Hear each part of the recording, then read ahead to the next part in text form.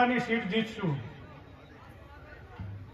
રેખાબેનનું નામ જાહેર થયું, એના પછી કોંગ્રેસ પક્ષે જ્ઞાનીબેનને ઉમેદવાર તરીકે જાહેર કર્યા। એટલે જેવું નામ જાહેર થયું એટલે ભારતીય જનતા પાર્ટી સીધી ત્યાંથી તૂટીને 1 લાખ વોટે આવી ગયા કે હવે અમે 1 લાખ વોટથી જીતી છીએ। અને જેવો 4 દિવસથી આખા જિલ્લાનો જ્ઞાનીબેને ઠાકરસિંહભાઈ પ્રવાસ ચાલુ કર્યો ઓબાભાઈ, એટલે હવે ભારતીય જનતા પાર્ટી એમ કે છે કે મહેનત કરજો ને કે જ્ઞાનીબેન જીતી ના જાય કે, અને 2-4 દાવેસમાં એવી વાત આવશે કે ઉમેદવાર બદલવાની વાત આવે। સમય ઓછો છે, મારે પણ બીજા કાર્યક્રમમાં જવાનું છે, જ્ઞાનીબેનને પણ અહીંથી આખા આજે થરાદ મત વિસ્તારનો પ્રવાસ કાર્યક્રમ છે। 2 ઉમેદવારોની જ્યારે જાહેરાત થઈ ત્યારે મારે કોઈ આ સમાજ વચ્ચેની ચૂંટણી નથી મોગીલાલભાઈ, આ આપણી વિચારધારાની ચૂંટણી છે।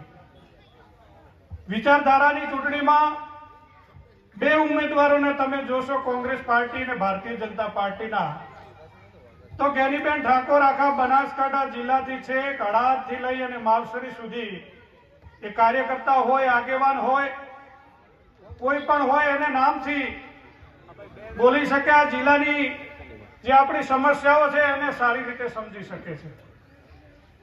સાથે સાથે અહીં 18 આલમ બેઠી છે, વિશેષમાં મારો જાગીરદાર સમાજ પણ બેઠો છે, એમને પણ વિનંતી કરું છું, કારણ કે જ્ઞાનીબેન લગભગ થરાદ તાલુકામાં અમારું ફોયણા ગામનું અને અહીંના ગામોનું લગભગ બધું સગાવાલું છે। એટલે હું તો આ વખતે જાગીરદાર સમાજને, 18 આલમને અને વિશેષમાં જાગીરદાર સમાજને વિનંતી કરું છું કે આ વખતે જ્ઞાનીબેનને આપ મદદ કરો। એનું કારણ આપને કહું તો ગુજરાતની અંદર પણ 2 વ્યક્તિઓ નેતૃત્વ કરે છે, 2 પાર્ટીઓનું, ભારતીય જનતા પાર્ટી અને કોંગ્રેસ। એક બાજુ પાટીલજી છે જે મહારાષ્ટ્રથી આવ્યા છે, ભારતીય જનતા પાર્ટીના પ્રમુખ છે, એક બાજુ શક્તિસિંહ ગોહિલ છે। જો આ સીટ બનાસકાંઠાની કોંગ્રેસના ફાળે જશે તો આપણે શક્તિસિંહને મજબૂત કરી શકશું, આવનારું ભવિષ્ય એમનું ઉજળું છે। આ વિસ્તારની પણ સમસ્યાઓ હશે, એ સમસ્યાઓને પણ જ્ઞાનીબેન વાચા આપશે। અને આપ સૌને હું જિલ્લા પ્રમુખ તરીકે ખાતરી આપું છું, જે રીતે આખા જિલ્લાનો અમે પ્રવાસ કર્યો છે એ રીતે સ્વયંભૂ લોકો જ્ઞાનીબેન સાથે જોડાયા છે।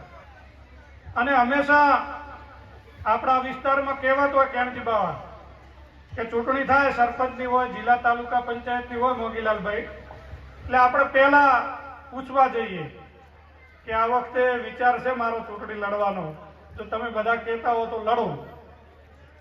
એટલે મોગીલાલભાઈ પહેલા હોય એટલે આખું ગોમ, વાતરાવ હોય, વાઘાસણ હોય કે આજુબાજુ કિયાલ હોય કે અહીં વારાખોડા હોય, બધા કે મોગીલાલભાઈ લડો। પછી પાછો હું આવું, મૂકું કે આ વખતે મારે પણ ઈચ્છા છે ચૂંટણી લડવાની। એટલે આપણા વડીલો શું કે ભાઈ પહેલા આવ્યા હોત તો વિચારો તો આ વખતે બંધાઈ ગયા છે, એટલે જ્ઞાનીબેન તમારી વચ્ચે પહેલા આવ્યા છે। એટલે આ વખતે મને સંપૂર્ણ વિશ્વાસ છે કે આપ બધા પૂરી તાકાતથી જ્ઞાનીબેનને જીતાડશો। બેનની કોઈ અમારે ખાતરી આપવાની નથી, નાનામાં નાનો માણસ અડધી રાતે જ્ઞાનીબેનને ફોન કરશે, આપનો ટોપો થશે, આ વિસ્તારની જે સમસ્યાઓ હશે એનું પણ નિરાકરણ થશે। સાથે સાથે આપ જોઈ શકો છો આ વખતે આખા જિલ્લાનો 18 આલમ, એ ચાહે પટેલ સમાજ હોય, રબારી સમાજ હોય, ક્ષત્રિય સમાજ હોય, દલિત સમાજ હોય, ગોસ્વામી સમાજ હોય, નાઈ સમાજ હોય, એટલે 18 આલમ, પ્રજાપતિ સમાજથી લઈને બધા જ સમાજના આગેવાનો જ્ઞાનીબેન સાથે ખભે ખભા મિલાવીને સાથે નીકળ્યા છે। એટલે ચોક્કસ પરિવર્તન છે, આ પરિવર્તનમાં આપ સૌ જોડાજો।